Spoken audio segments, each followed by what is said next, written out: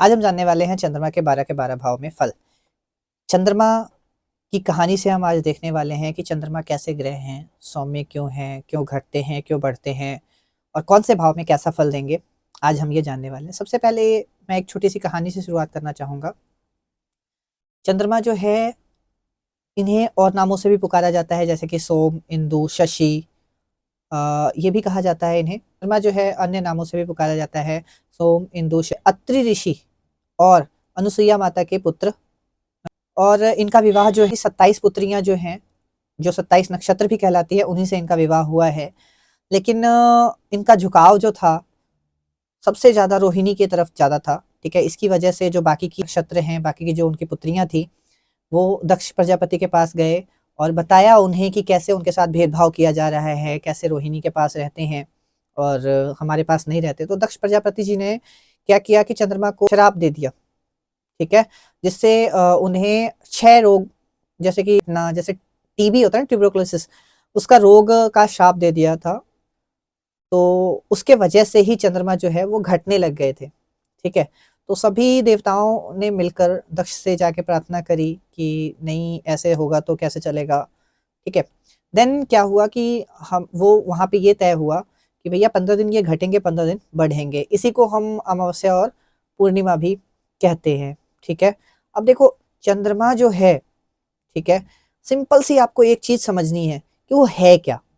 चंद्रमा जो है वो है क्या? चंद्रमा की शक्ति कब बढ़ती है? चंद्रमा की देखो शक्ति जब बढ़ती है जब वो पूर्णिमा में हो, पूर्ण चंद्र हो, ठीक है? शुक्ल पक्ष का चंद्रमा हो, कर्क राशि में राशि में होगा तब उसकी शक्ति बहुत बढ़ जाएगी। जो चंद्रमा के खुद के नक्षत्र हैं, जो रोहिणी, हस्त और श्रवण, इन तीनों में होंगे तो काफ़ी अच्छा बलि देखेंगे। और जब देखो चंद्रमा कमज़ोर होता है, तब क्या होगा? चंद्रमा जब कमज़ोर होगा, तो इंसान को डिप्रेशन होगा क्योंकि मन का कारक है, ठीक है? डर लगेगा, भय होगा, माँ को कष्ट हो सकता है, माँ से कष्ट हो सकता है, ठीक है? निर्णय लेने की क्षमता जो है वो बहुत ज़्यादा कम हो सकती है, ठीक है? चंद्रमा अगर बहुत अच्छे होंगे, ठीक है? देन क्या है कि चंद्रमा हमें डिसीज़न लेने की पावर को बढ़ाएँगे हमारे। चंद्रमा बहुत अच्छे हैं तो हमारा मन बहुत अच्छा रहेगा, कैश फ्लो बहुत अच्छा रहेगा, कैश फ्लो का कारक भी चंद्रमा को ही माना जाता है, ठीक है? जिस भाव में भी बैठेंगे, मन का केंद्र वो बन जाता है। मान लेते हैं कि फर्स्ट में बैठे तो अपने से लगाओ, अपने बारे में ज़्यादा सोचना। ऐसे ही जिस भाव में बैठेंगे उसमें मन का केंद्र हमारा, मन उसी में लगा रहेगा हमारा। चलिए अब करते हुए हम चंद्रमा को फर्स्ट भाव में लेके आते हैं। फर्स्ट भाव जो कि हमारा स्वयं का भाव होता है, लग्न भाव होता है, ठीक है? इसमें जो इंसान को ना चंद्रमा बनाता है, भावुक बना देता है, संवेदनशील बनाता है, आकर्षक देखने में बहुत अच्छा बनाता है, सुंदर बनाएगा। चंद्रमा सुंदर है, तो सुंदर बनाएगा, ठीक है? लोकप्रियता बहुत होती है, ठीक है? नेचर बिल्कुल सॉफ्ट होता है, ठीक है? बिल्कुल सॉफ्ट नेचर के होंगे। अगर वही चंद्रमा खराब होंगे, तो मूड स्विंग्स बहुत ज़्यादा होगा, निर्णय लेने में अस्थिरता होगी, ठीक है? बहुत ज़्यादा व्यक्ति मन से परेशान रह सकता है, ठीक है? आदमी का मन तुरंत कुछ कर रहा है, तुरंत बदल जाएगा, जैसे मूड स्विंग्स हम कहते हैं, वो बहुत ज़्यादा होने लग जाता है। फैसले तो चलो ले ही नहीं पाता इंसान अगर यहाँ पे नेगेटिव होगा चंद्रमा तो, ठीक है? नेगेटिव कब होगा? जब इस पे दृष्टि पड़ेगी या फिर ये खराब बैठा होगा, किसी खराब ग्रह के साथ युति में बैठा हो, उस टाइम पे ये खराब होगा, ठीक है?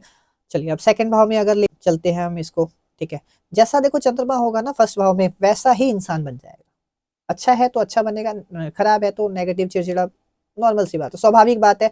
मन जैसा होगा इंसान का वैसा ही वो आगे रिएक्ट करेगा।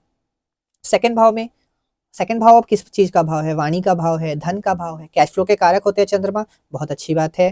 अगर सेकंड भाव में चंद्रमा यहाँ पे उच्च के भी हो जाते हैं, ठीक है? बहुत अच्छी बात है। वाणी जो है हमारी बहुत ज़्यादा प्रिय हो जाती है, वाणी मीठी हो जाती है हमारी, ठीक है? परिवार में सभी हमें प्रेम करते हैं, ठीक है? धन संचय बहुत अच्छा होता है, ठीक है? यहाँ खाने-पीने के भी शौकीन बहुत अच्छे होते हैं सेकंड हाउस चंद्रमा वाले, ठीक है? सेकंड हाउस चंद्रमा वाले बहुत सौम्य होते हैं, सौम्य बोलते हैं वो, सौम्य, उनका फेस भी बहुत ज़्यादा सौम्य होता है, बहुत आकर्षक भी होते हैं। अब यही नेगेटिव होगा चंद्रमा, तो क्या-क्या खराब करेगा? आपकी वाणी खराब कर देगा, सीधी-सीधी बात है। आपका अंतरात्मा है, भावनात्मक सोच है, वो खराब कर देगा। खर्चे खराब कर देगा, बहुत सारा फिज़ूल का खर्चा जुड़ जाएगा। अब करियर बनाना हो तो फूड सेक्टर में, बैंकिंग में, और काउंसलर तो ये किसी भी भाव में बन सकते हैं, किसी भी भाव में हीलर बन सकते हैं, बहुत अच्छे हीलर बन सकते हैं ये, ठीक है। यहाँ पे 2 नंबर घर में बोला जाता है कि जैसा मन वैसी वाणी, ठीक है। जैसा हम अंतर आत्मा रहेंगे वैसे ही हमारी वाणी हो जाती है। अगर पॉजिटिव है तो पॉजिटिव, नेगेटिव है तो नेगेटिव आपको देखने को मिलेगा। थर्ड भाव में जब चंद्रमा आ जाए तो साहस और संचार के घर में आ जाते हैं। साहस के घर में आने से क्या है कि ये हमें यहाँ पे ना चंचल बनाता है, साहसी तो नहीं यहाँ पर, चंचल बना देगा हमें, बहुत ज़्यादा बातूनी बना देता है, ठीक है। यहाँ पे अगर चंद्रमा है तो लेखक बन सकता है बहुत अच्छा आदमी, मीडिया, सोशल मीडिया के स्किल्स बहुत अच्छे होते हैं आदमी के पास।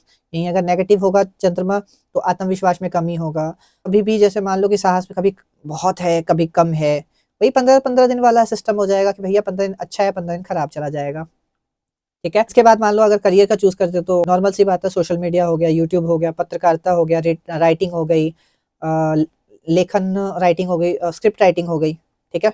और थर्ड हाउस में चंद्रमा वालों को बोला जाता है कि ये मन से बोलने वाले होते हैं, ठीक है। कुछ भी ऐसे नहीं बोलेंगे, मन से बोलेंगे, जो बोलेंगे दिल से बोलेंगे। फोर्थ भाव में जब चंद्रमा आ जाए तो घर परिवार से बहुत ज्यादा गहरा लगाव हो जाता है, मानसिक शांति हमारा घर से जुड़ जाता है, ठीक है।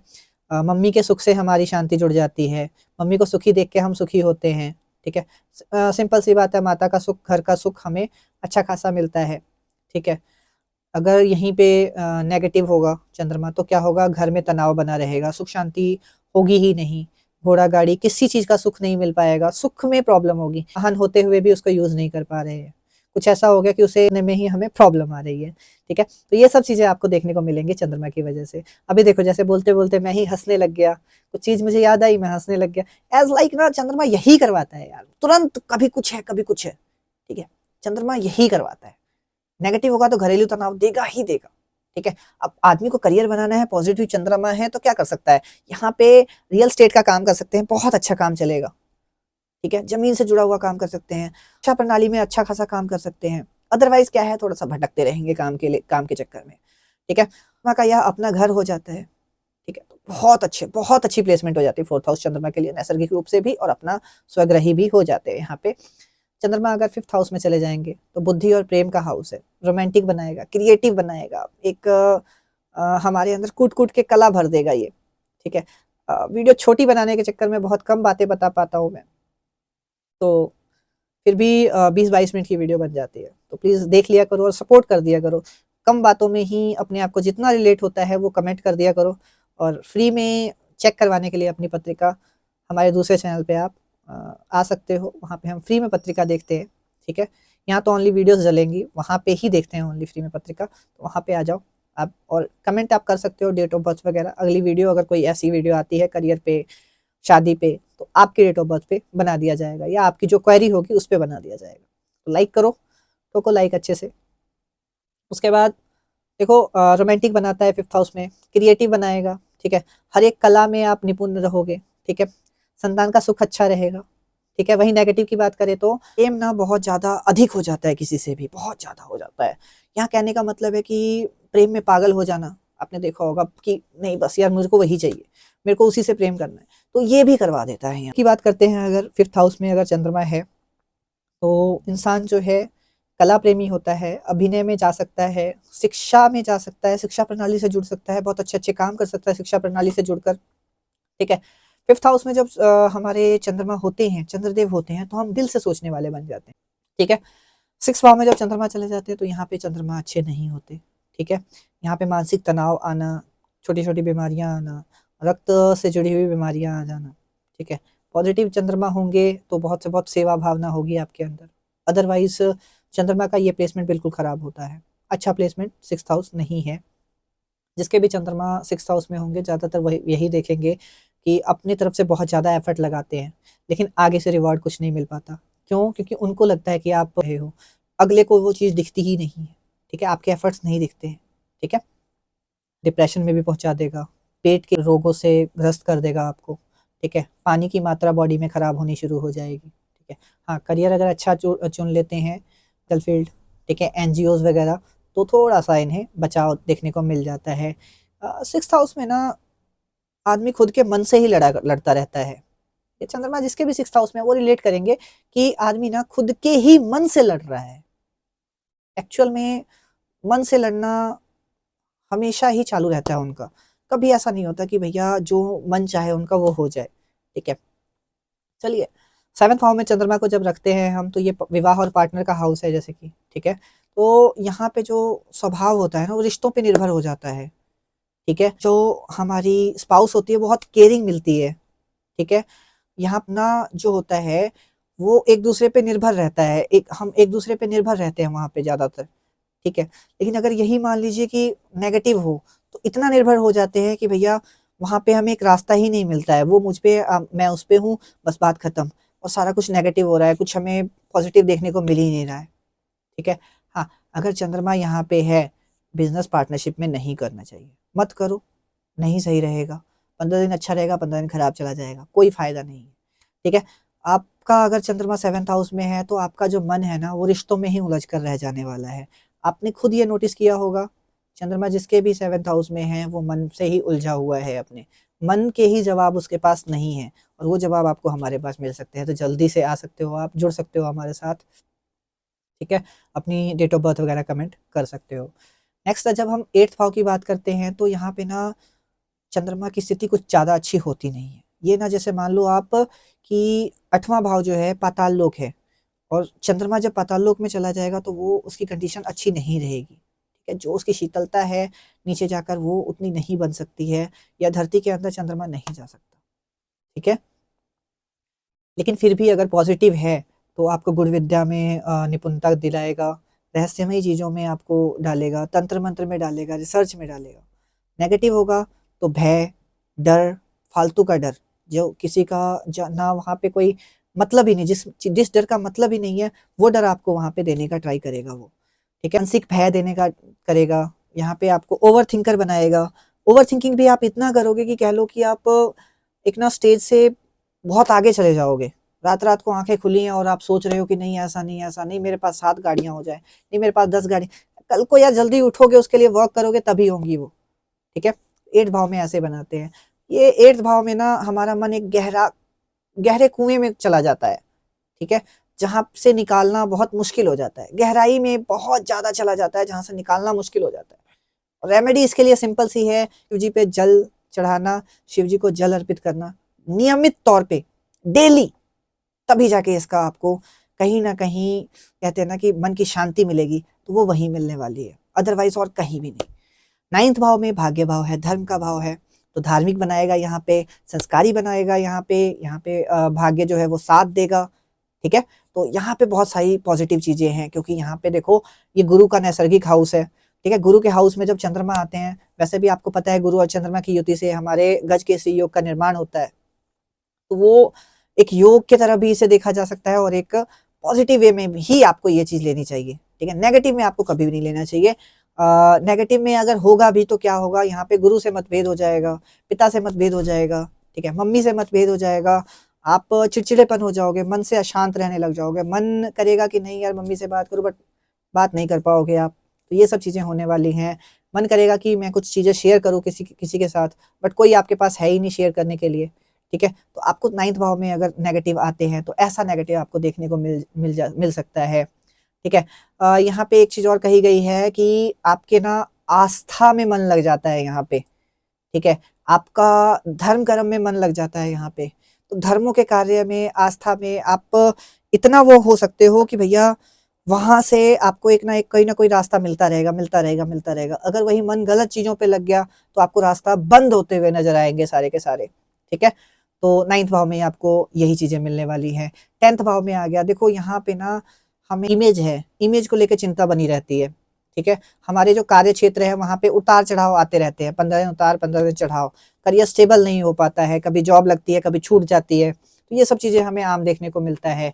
हमें 10th हाउस में जब चंद्रमा चला जाता है, तो बहुत सारी प्रसिद्धि चाहिए होती है, नेम फेम चाहिए होता है, पब्लिक में एक इमेज चाहिए होती है, ठीक है। पब्लिक में एक अच्छी इमेज चाहिए होती है, जिसकी चिंता हमें बनी रहती है। मन में हमेशा ही वो चिंता रहेगी कि मुझे एक पब्लिक इमेज बनानी है, बट वो बना नहीं पाते हैं, ठीक है। यहाँ पे नेगेटिव ही यही है कि करियर में अस्थिरता रहती है हमेशा, उतार चढ़ाव बना ही रहता है, ठीक है। फिर का मन करेगा कि प्रशासन में जाऊँ, राजनीति में जाऊँ, लेकिन मन नहीं, मन से कुछ भी नहीं कर सकते, वहाँ पे हमें बहुत ज़्यादा एफर्ट लगाने पड़ते हैं आगे जाने के लिए। 10th हाउस अगर चंद्रमा है, तो यहाँ पे कहा गया है कि काम में मन लगे तो ऊँचाई, ना लगे तो फिर गहरे में चलते चले जाओगे, ठीक है, एक ऐसे कुएं में धंसते चले जाओगे जहां से निकलना बिना सीढ़ी के किसी भी चीज के बहुत मुश्किल हो जाएगा।